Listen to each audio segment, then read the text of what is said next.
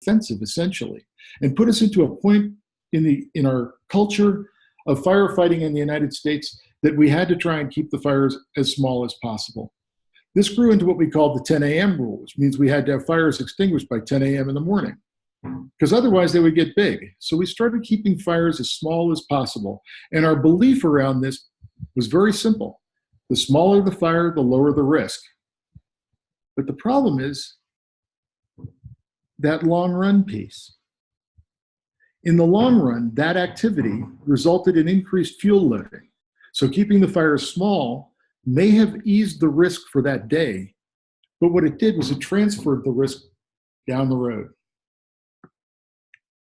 So as we start to take a look at it from a perspective of a senior leader in the Forest Service, who stated this: the current mode of full suppression is lethal, fiscally irresponsible, and flies in the face of the science of fire ecology.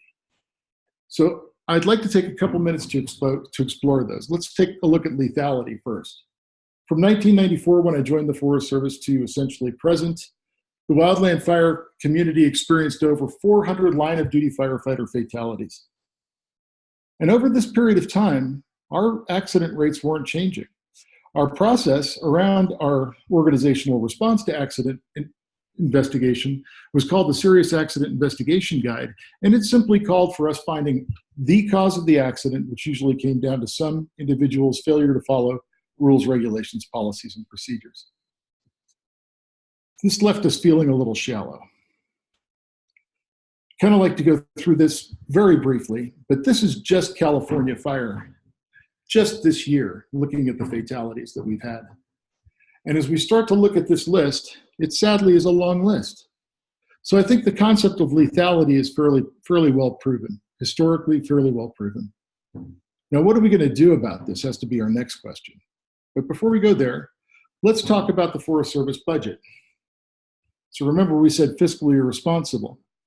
In 1995, the percentage of the Forest Service budget that was consumed by fire, the firefighting organization, was 16%. In 2015, we moved to 52%. And now what we're looking at as a projection for 2025 is 67%. A more striking example of this was something that was relayed to me by the Deputy Director of Fire and Aviation Management, who said the firefighting budget in the Forest Service is being dominated by aviation costs. And the aviation costs are rising so astronomically that in a few years, the cost of aviation alone in firefighting operations for the Forest Service will eclipse the Forest Service budget. And for this reason, we say that this is the reason that we say that we support the concept of the fiscal irresponsibility. We just can't sustain this. We look at the next level. We should think about fire ecology as something other than destructive. It's actually a form of renewal. When fire burns through an area, sure, it looks like it's been devastated, but go back a few years later. And what you find is that a natural process of renewal has taken place. Now, one thing that really struck me this summer was we had the lava flows at Kilauea.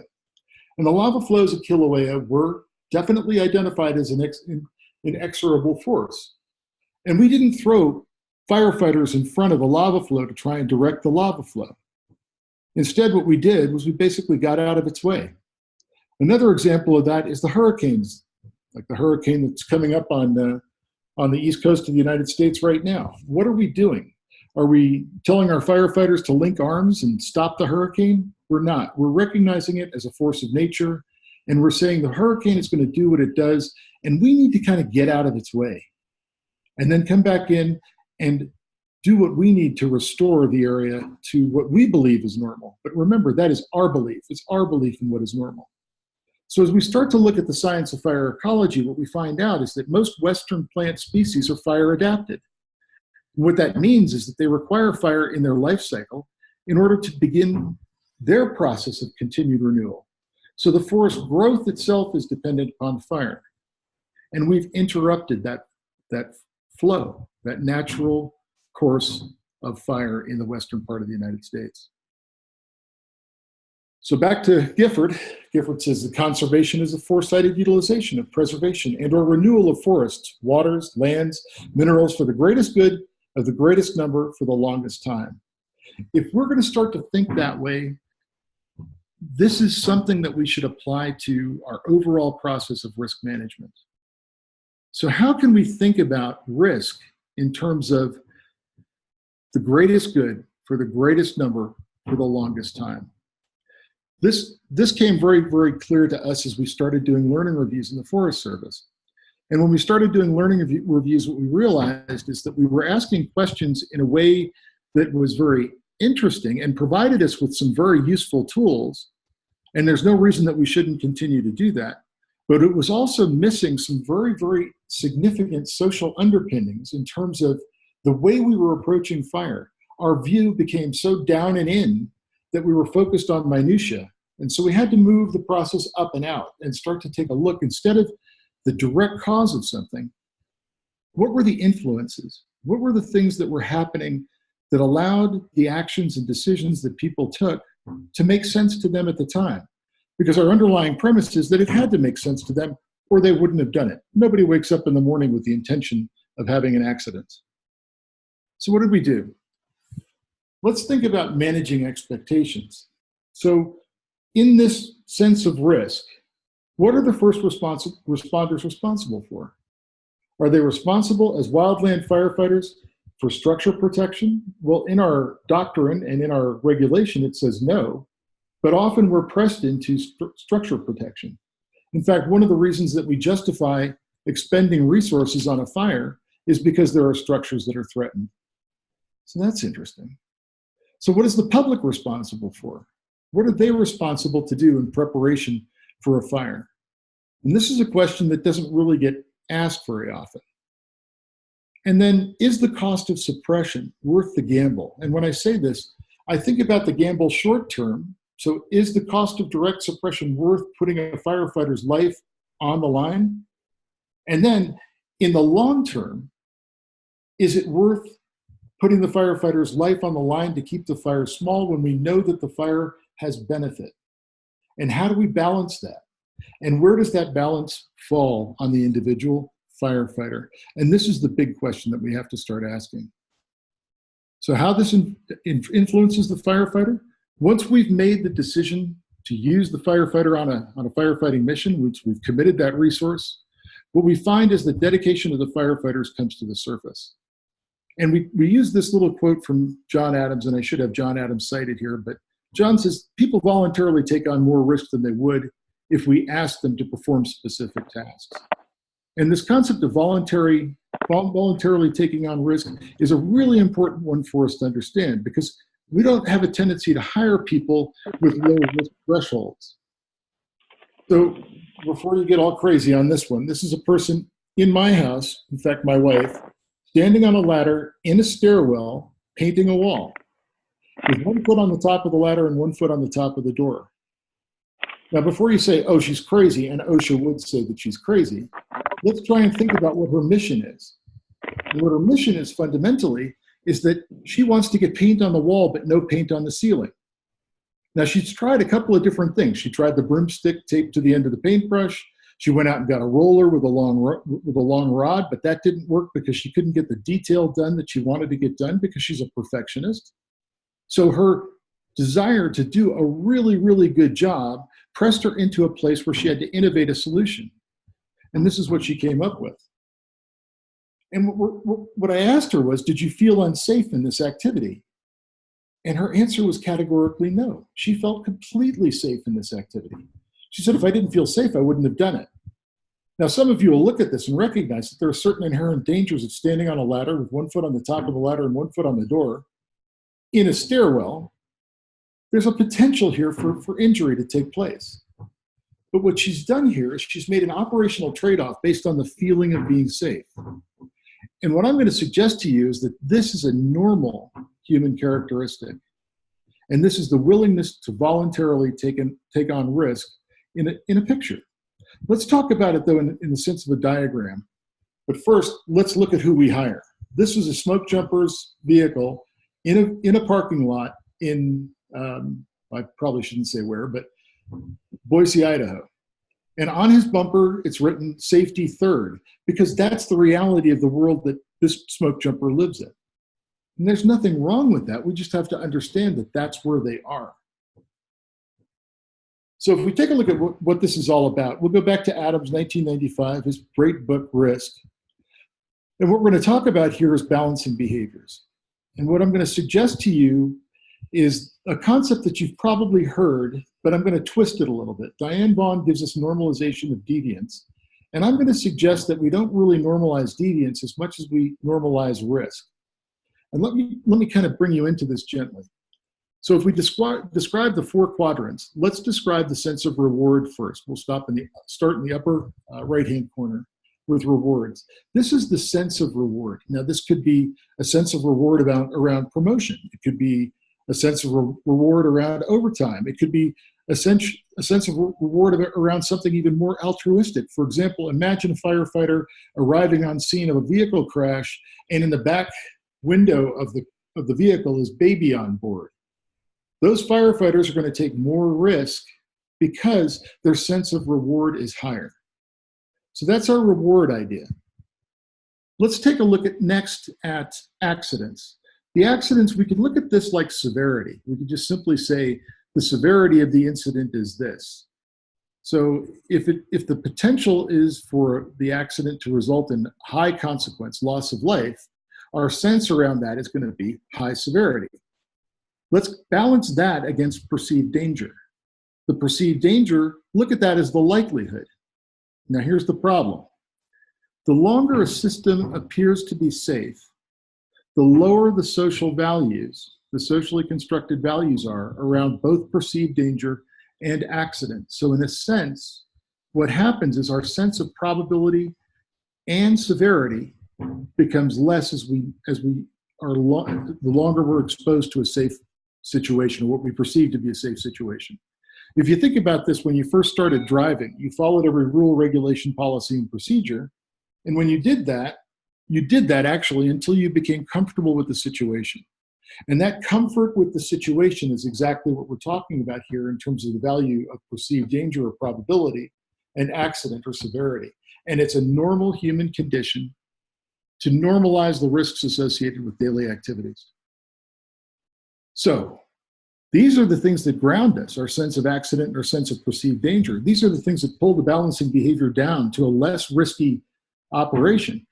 But then let's take a look at the next thing. Our upper left-hand corner is our individual propensity to take risk. And remember who we hire.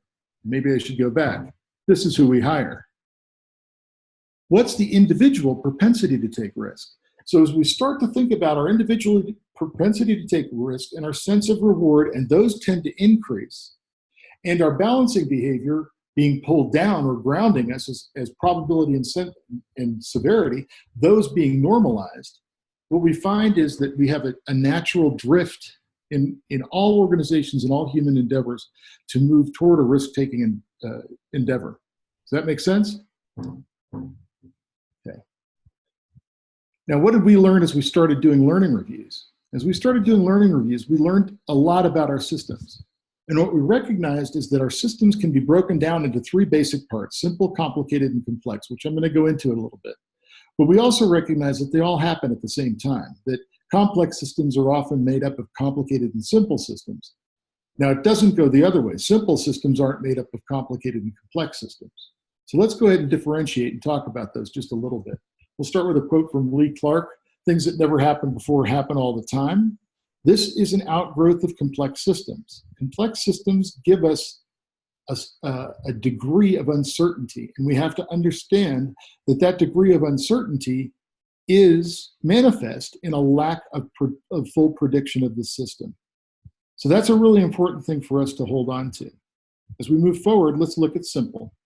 We're going to use the work of Scott Page here and 4 words that Scott Page uses. We're going to start with simple as a system that is interactive and interconnected, a simple mechanical system, like a mechanical wristwatch.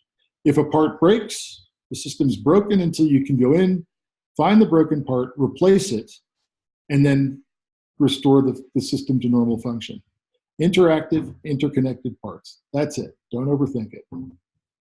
We use the landform of Mount Fuji for this because for every question, there is a single and discrete answer. So as long as you're going up, you're going to reach that single answer. As long as you're climbing the hill of Mount Fuji, you're going to end up at the top of it, and you're going to find that single answer. We throw landforms in because a lot of the Forest Service folks like landforms. Let's look at complicated. Complicated systems, we add the word diverse. So complicated systems have interactive, interconnected, and diverse systems. If we look at the airplane that I flew, which is the lower right-hand corner, this is a C-130, what we can see is a lot of redundancy in the system. We have battle damage redundancy. We also have redundancy in terms of the pilot and the co-pilot having visual displays that help the pilots and co-pilots navigate. We also have a flight engineer and a navigator to help that same function. So all the systems are built around this sense of diversity and distribution of essentially risk and functionality within the platform.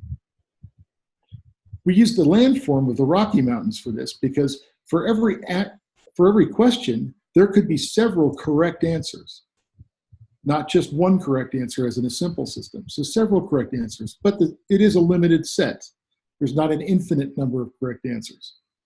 If we take a look at complex systems, what we add here is the word adaptive. And now we start thinking about the human and the human interaction inside the system. So we have interconnected, interactive, diverse, and adaptive systems. If we think about an adaptive system is one that can learn. It's a learning system. And as a result, its responses are not always the same. So in a complex system, the systemic responses are nonlinear, whereas with complicated and complex systems, they're linear. Now I've created a little table here to help us through this. And I'll go ahead and walk us from the bottom to the top. And we'll take a look at simple first, and there are those two words, interconnected and interactive. And next to it, we'll look at the frame, and we'll say that this is a mechanical frame, and that the cause and effect connections are strong, and problems here can be solved. The system reacts very, very well to analysis. We move up one level, we add the word diverse in complicated, we add the word diverse, and here we have systemic. These systems are composed of systems and nested subsystems. If we think of something like a nuclear power plant or even the C-130, what we see is we have subsystems that are nested within other systems that help the system to work if something breaks. There's a way around it, if you will. But it's a limited way around it. It's not infinite.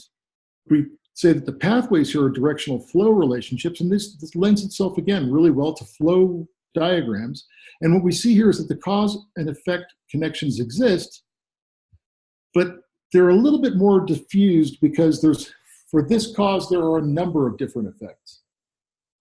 And again, each question has a limited number of discrete answers, more than one in this case, but still a limited number.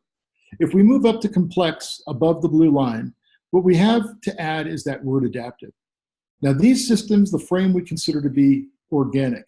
The systems can't be broken down. You can't take them into their sub-pieces like you could with a mechanical system and say, well, this piece is broken, we'll just replace it. Because what we found in these complex systems is that if we move pieces away from one another, we reduce the ability to understand those interactions. And the pathway around here is sense-making, improvisation, and learning. This is what we find to be the useful way to approach your complex system. And it's fundamentally because there's an unlimited number of questions with an equally unlimited number of answers in a complex system. And this requires the ability to make sense or to engage in sense-making in order for us to work our way through it. So, complex systems require a different approach, is what we learned. And we learned this fundamentally the hard way. We learned it after we blamed people for their own deaths in many cases. So what did we do? We started thinking about responses and resiliency. And we could see that one definition of resiliency was the ability to bounce back. Well, yes, but that left us with a little bit of a shallow place, because if we simply bounce back to where we were before, we haven't improved. And the difference between what we thought was resilience and what we came to believe is resilience was the ability to add learning into the question. So how do we bring about learning? Preemptively, we need the preparation. We need to focus on the learning from the event and bring that learning into the preemptive piece. And we need to also understand simultaneously that the system defies full prediction. So it's not just simply learning what to do and what not to do. It may be something very, very different. And then post-adverse outcomes, nobody wants that memorial on their front yard. So we have to think about the social implications of putting a firefighter in a high-risk situation and the value of that high-risk situation.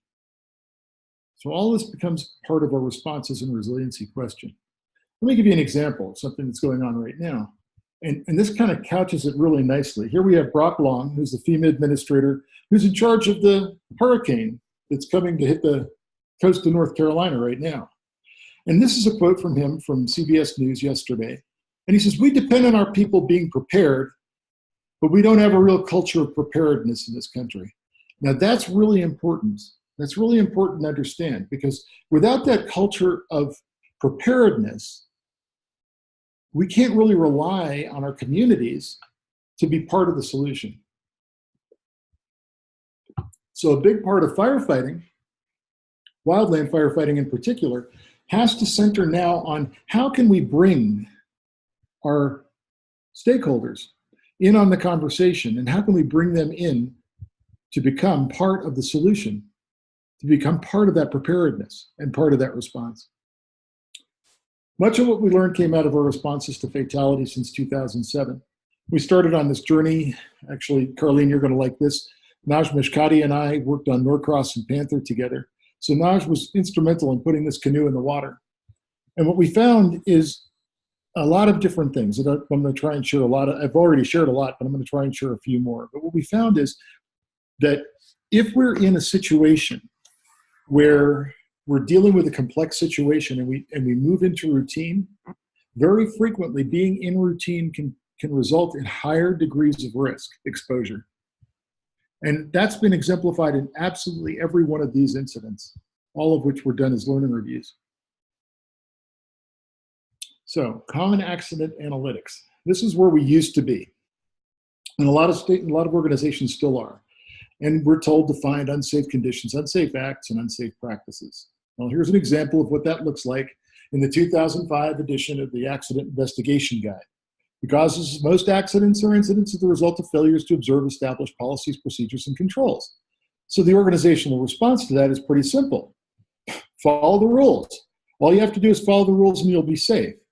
But when we went and talked to our firefighters and we asked them that question, if you followed the rules, could you be safe? Their answer was, yeah, maybe, but we wouldn't get the job done.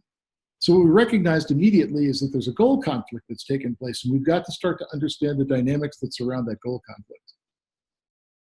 So at first, we thought that error is easy to criminalize. All we have to do is come back in after the event outcome is known, and we can either label whatever the human action was as either an error or violation. This is right out of HFACS, if anybody's familiar, Human Factors Accident Classification System, where the human being is only able to do one of two things, either error or violate. That's the only two things that they can do. Now, the interesting thing about that is I was asked by the Air Force Safety Office to take a look at near misses and to try and put them into the HFACS classification system. And what I found is I couldn't do it because they hadn't committed an error and they hadn't committed a violation. It was a near miss. They recognized the potential for the incident and did something else. But all too often what we do is we get satisfied with this without understanding that for the worker, it looks a lot more like this. It's kind of a gray amorphous area. It's an area of trial and error, as is suggested by the HRO documentation. And the idea that what people are going to do in the learning process is they're going to interact with their world, and they're going to interact with their world in a trial and error kind of way.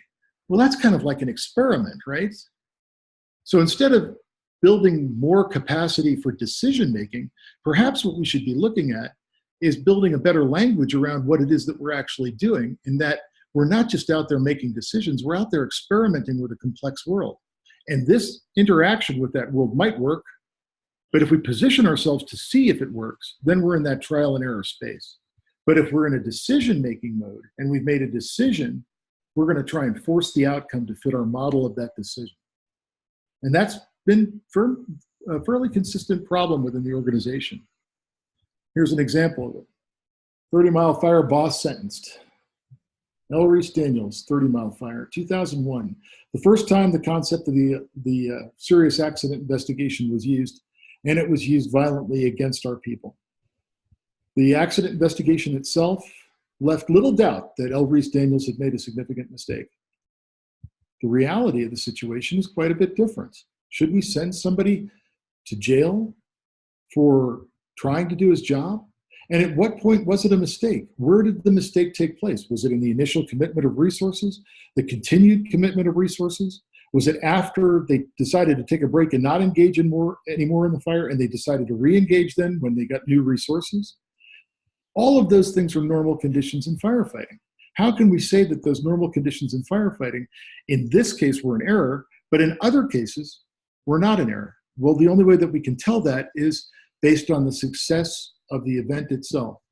So if the event results in success, we reward the people for doing that, for using that decision matrix and taking those chances and accepting those risks. But if the outcome is adverse, then all of a sudden we change the rules and we blame them for the same type of decision making. And so our questions became more, how can we help our firefighters to recognize the really tough spot that they're in, because they are the front line balance of this risk? How can we do that? Our leaders just simply asked, why don't we follow the rules? And of course, I have to show my dog at dog park next to the sign, because we're just basically not good rule followers, right? So if we're not good rule followers, what are we? Well, maybe we should take a look at the rules a little bit. This is Chicago O'Hare Airport. I would be happy to keep off the red line if I could find the red line. It isn't there. Rules sometimes appear this way. Sometimes they appear like this. This was Arden Way in California, in Sacramento. There was no sign above this that said, in the morning, do this, and in the afternoon, do that. The road was just painted like this with a big only sign. How am I supposed to follow this rule? One of my favorites, however, is this one.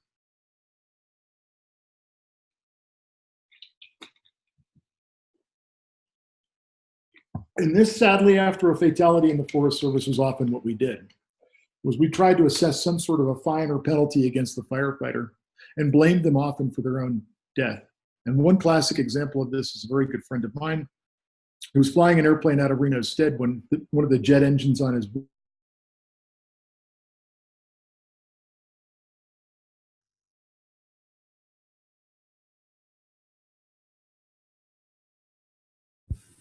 We lost your sound. Investigation simply said failure to maintain directional control of the aircraft was the cause. To which I said, certainly failure to maintain directional control is true. There's a truth to it at least. But if your wing is gone or part of it's gone, it's impossible to maintain directional control.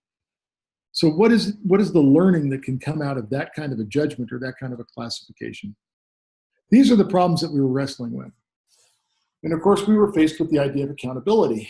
How do we hold our people accountable? Well, I've got to say this. I've done a lot of accident investigations in the Forest Service and now a lot of learning reviews. And I've spoken with a lot of our people.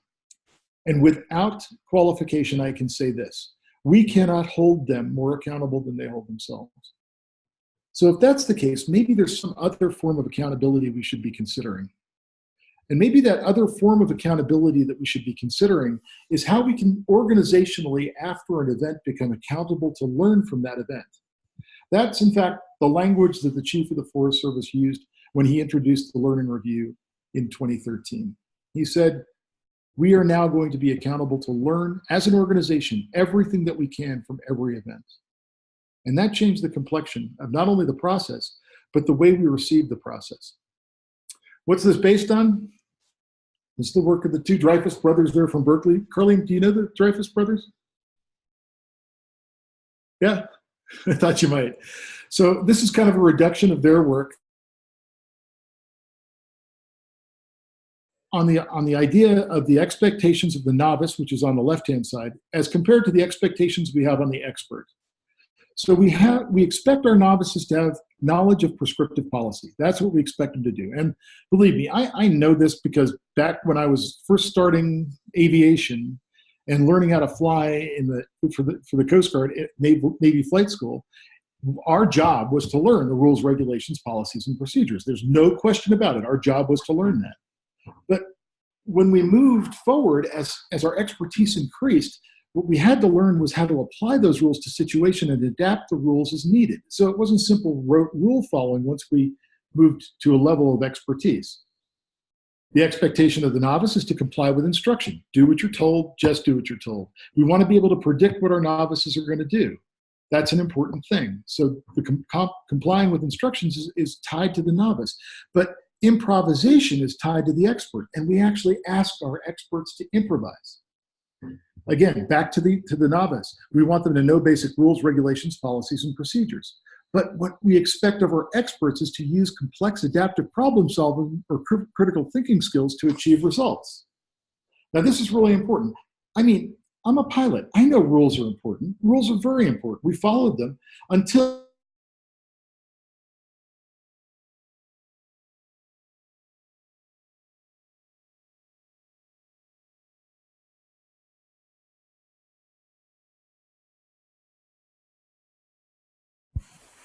Up, we lost you again.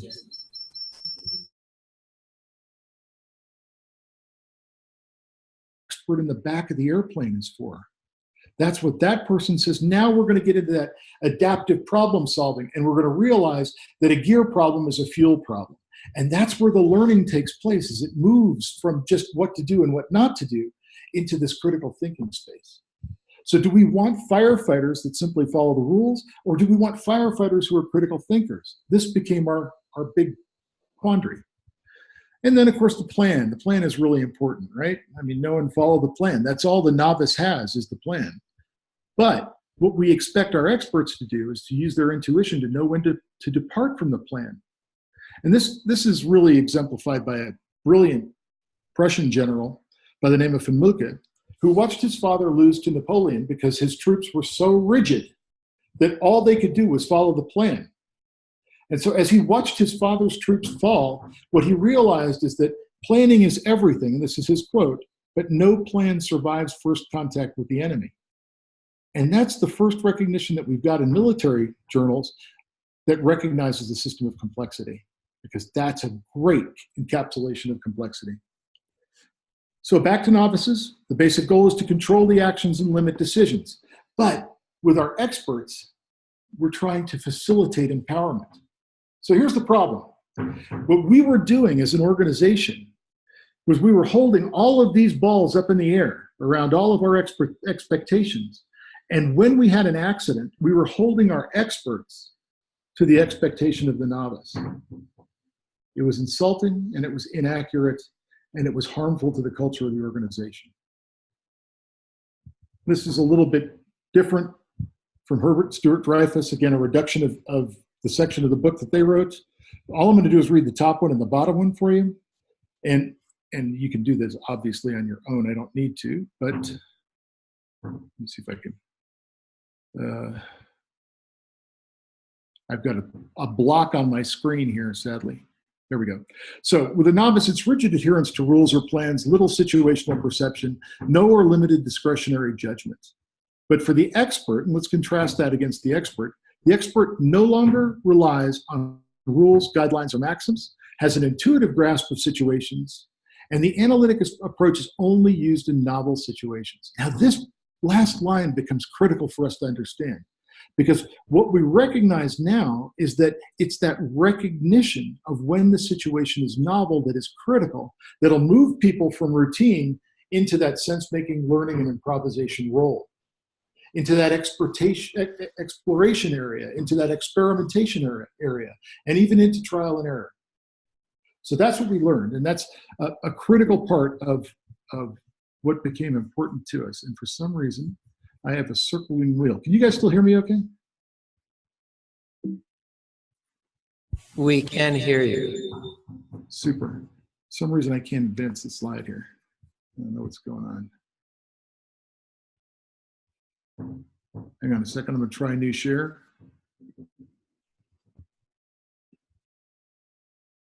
See if that works. Nope, can't advance. Technical difficulty. Sorry, folks. Bear with me. Stopping the share. Okay, you can see my face again? Yes, we can. Okay, I'm going to go right back in and see if we can do this again.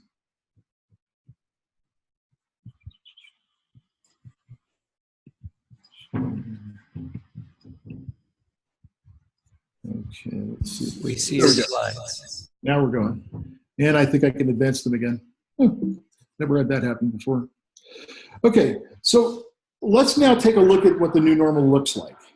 Now we've kind of gone through some of the theoretical underpinning and what we've learned from doing the incident reviews. And what we start to see as a new normal emerging inside wildland firefighting operations is more intense fires. What we're also seeing is a commitment of resources based on routine, based on our traditions. And that actually increases our risk and has resulted in increased fatalities like we've seen in California this year. And the next problem is that with those two go an acceptance of risk and the consequences of accepting risk. And sadly, some of the largest consequences of accepting risk are around fatalities. Earl, were you going to ask a question? No. Okay. Let's take a tactical pause if anybody does have a question. This is a great spot before we launch into the next piece. Nothing? All right. This is your last chance. Everyone here taking notes. No questions yet. Beautiful. All right. So what we learned through these learning reviews is what we learned is that safety is an outgrowth of learning at all levels of the organization. In other words, it's not just up to the firefighter to be corrected and fixed and up to the firefighter to learn. It's up to the entire organization to engage in learning systemically. We also learned that focusing on root cause and complex system can make it very, very difficult to recognize culture. We get down to minutia with root cause, but we don't move out. We don't start to see the larger, bigger picture that surrounds the event.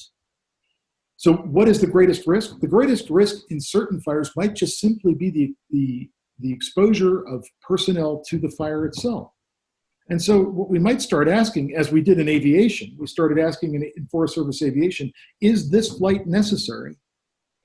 Maybe the thing that we should start asking in wildland firefighting operations is this engagement necessary? And we're starting to ask that question. And maybe that's going to permeate now to the ground level, where the ground firefighter starts asking, is this line necessary?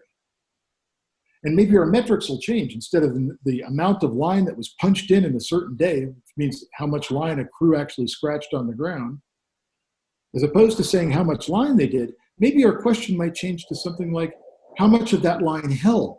Because for every foot of line that we put in place, we've exposed our people to risk. And then the other thing we started to understand was this idea of just culture. We wrestled with this. We thought about a whole bunch of different ways of doing this.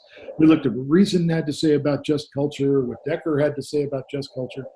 And really what we were able to do with this piece is we were able to reduce it to something really simple. And that is, a just culture emerges when we place a premium on learning. And we started to really believe that learning trumps everything, if I can use the word trump. So how an organization responds and learns from work events shapes the culture. This comes from Ed Schein. So an effective response leads to improvement, and a poor response leads to additional problems, some of which can be catastrophic, as we saw with L. Reese Daniels. Here's a guy that goes to jail for giving a false official statement, supposedly, when what they were doing was they were just interviewing him over a period of time and with no real understanding of the way human cognition changes. And what that did was that adversely affected the culture of the organization in such a way that we had people who didn't want to become type 3 ICs.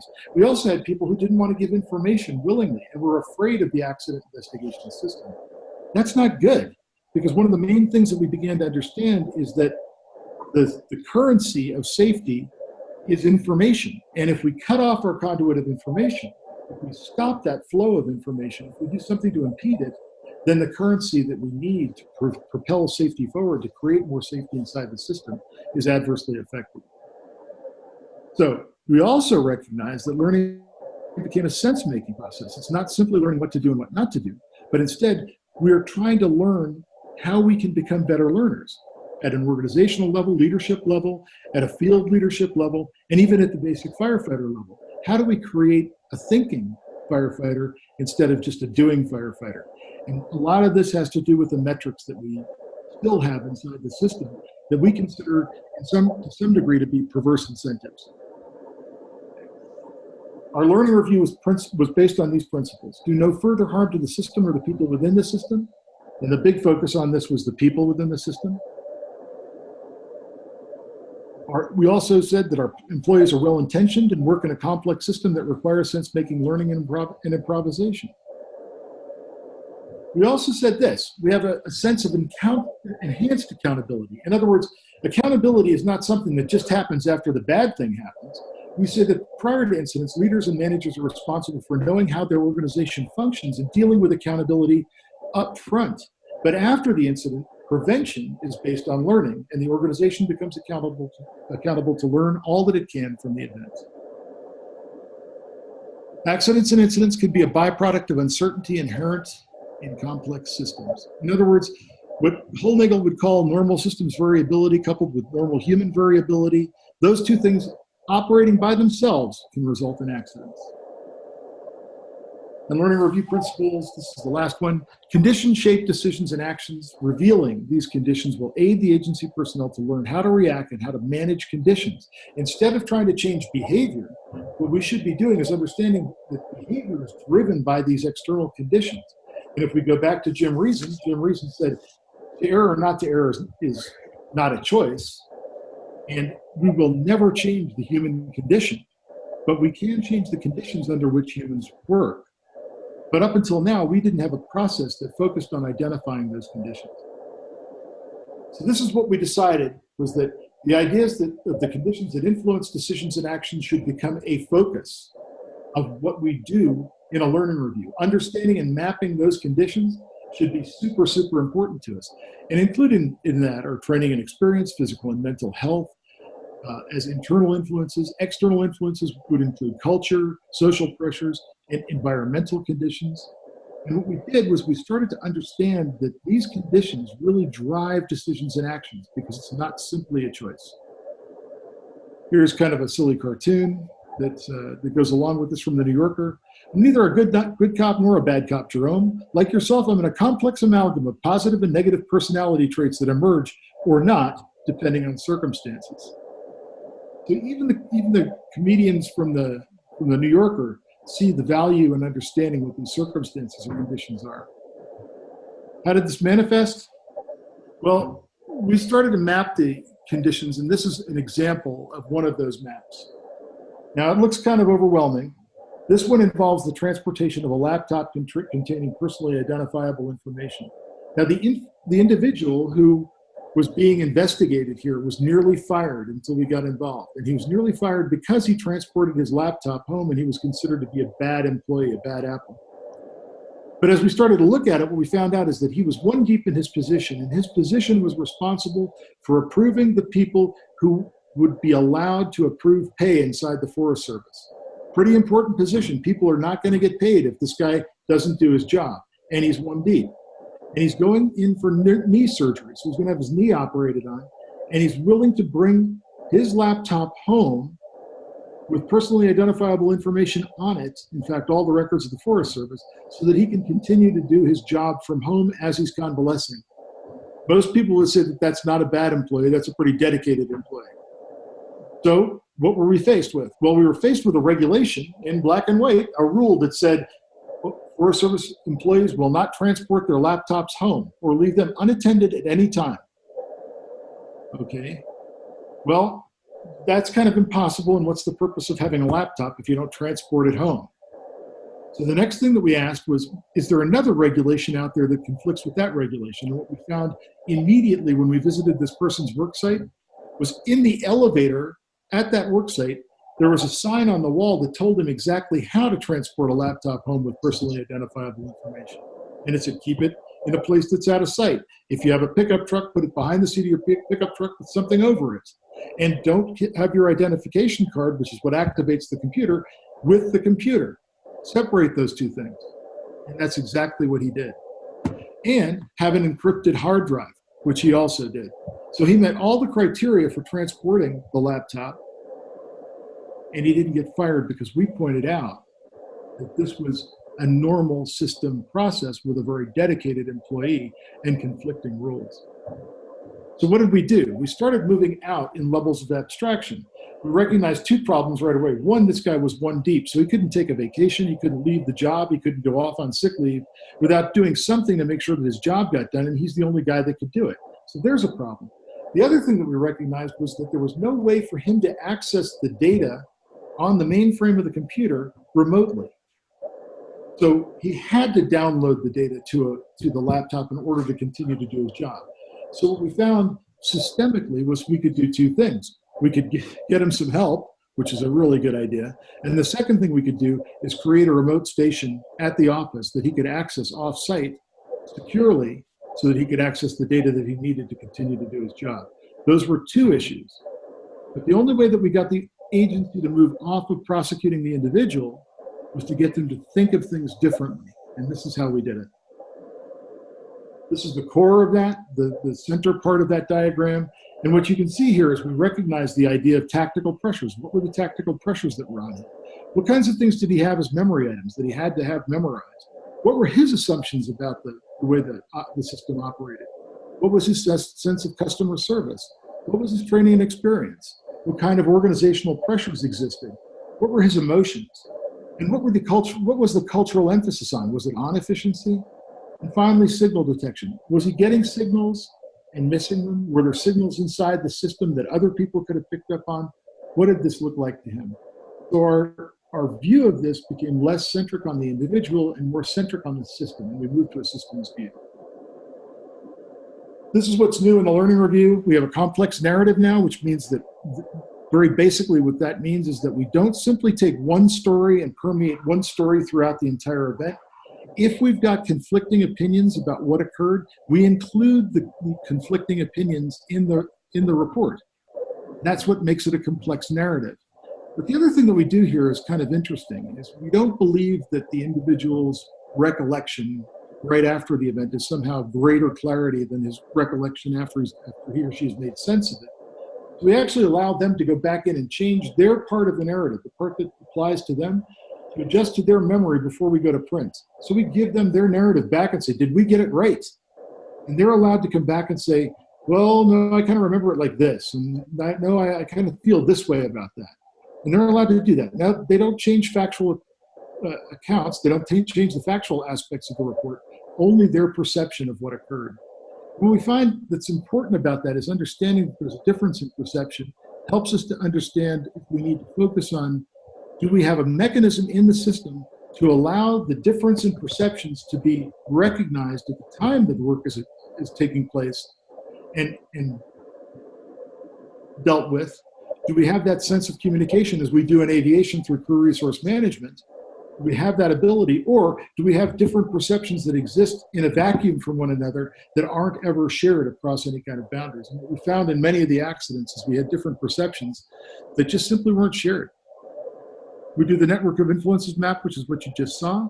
And then we also, once we've done that network of influences map, we bring focus groups together of people who do the job first, and we validate those conditions. So we actually ask them, do these conditions exist in normal work, or are they unique to the accident? So we start moving from the accident into a normal workspace as quickly as we possibly can, and we use focus groups to do that. We involve the field in recommendations. Absolutely. The people who probably know best how to fix the system are the people that are closest to the system. So we bring field people directly in on the recommendations piece. We also bring leadership in to see if it's a viable recommendation, if it can be done. And then we produce multiple learning products, the organizational report, which is what you normally see online on the Lessons Learned website. But then we also send out 6 minutes for safety. We also send out different products for inquiry so that the field can watch a video with some pointed questions or read a section of a report with some pointed questions so they can begin to understand the dynamic inquiry that can take place and learning that can take place at a local level through local dialogue. We look at multiple learning products.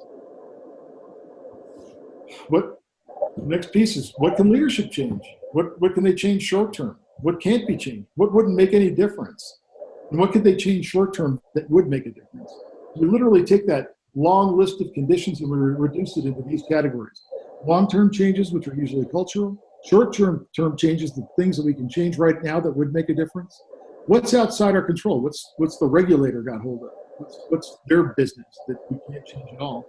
And the last category is, if we changed it, maybe it wouldn't make any difference at all. So we shouldn't focus a lot of time on that. But for the field, our question is, how can we help them to refine situational awareness? How can we start to get them to recognize the conditions that are shaping decisions and actions in the field and begin that sense-making process as early as possible? Tie that to what we expect of our expert, and that is that recognition of anomaly. This is a quote from Tom Tidwell, who was the chief of the Forest Service. And this basically says that we're not going to use the learning review or any of the information for administrative or disciplinary or legal purposes. We're just not going to do that. It's not going to happen. So it's for learning and it's for safety. And he refined the definition of accountability to, after the event, the entire organization is accountable to learn all we can. So where are we? We want to facilitate the development of a culture that accepts error as an opportunity to learn, that doesn't just simply say that error was the wrong thing to do, that understands that innovation is unscripted. In other words, people innovate all the time. They do it a lot. But what we need is feedback about that innovation. We need to understand that innovation took place. And we need to understand that a hero and a villain are both judgments based on something that the worker can't truly know, and that's the outcome. And we cannot hold workers accountable to something that they don't know. If they don't know what the outcome is, we can't blame them for what they've done. So what do we want our people to do? We want our people to suspend judgment. We want them to recognize also that error is often a judgment of actions that can put learning out of reach. If we judge something as being an error, often we associate other adjectives to it that place that learning out of reach. We also can say that if we do recognize something as an error, we should use that as a trigger for learning, not an endpoint of an investigation. All right, I think that's it. I think I might have gone just a little bit over, but I tried my best. How'd I do? You did just fine.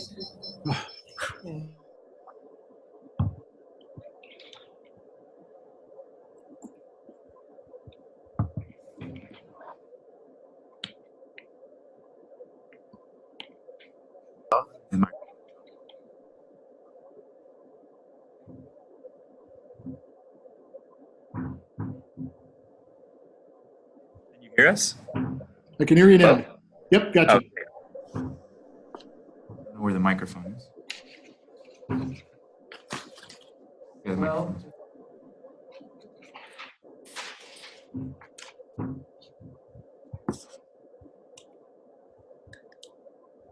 So we're going to start with questions. We're going to have Paul Schulman has the first question. Paul, could you walk up closer to the microphone for now?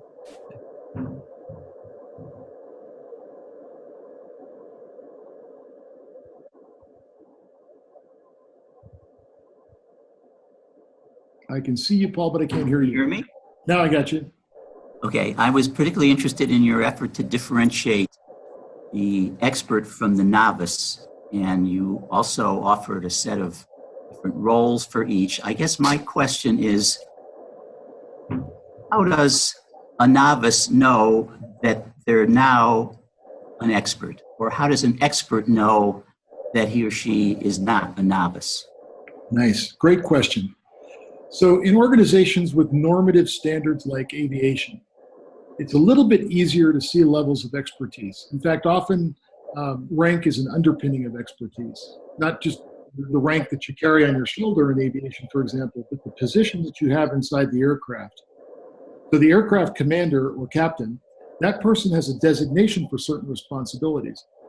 But the interesting thing about that, and I think that actually Carlene and Carl's work has been instrumental in aviation understanding this, is the differentiation that's taken place is it's not so much just a role based on the position that the individual has, but it's also a role based on the responsibilities associated with the role that they take when they're in that environment. So for example, again, with aviation, instead of just having the captain recognized as the expert, what we've done is we now have the pilot flying and the pilot not flying.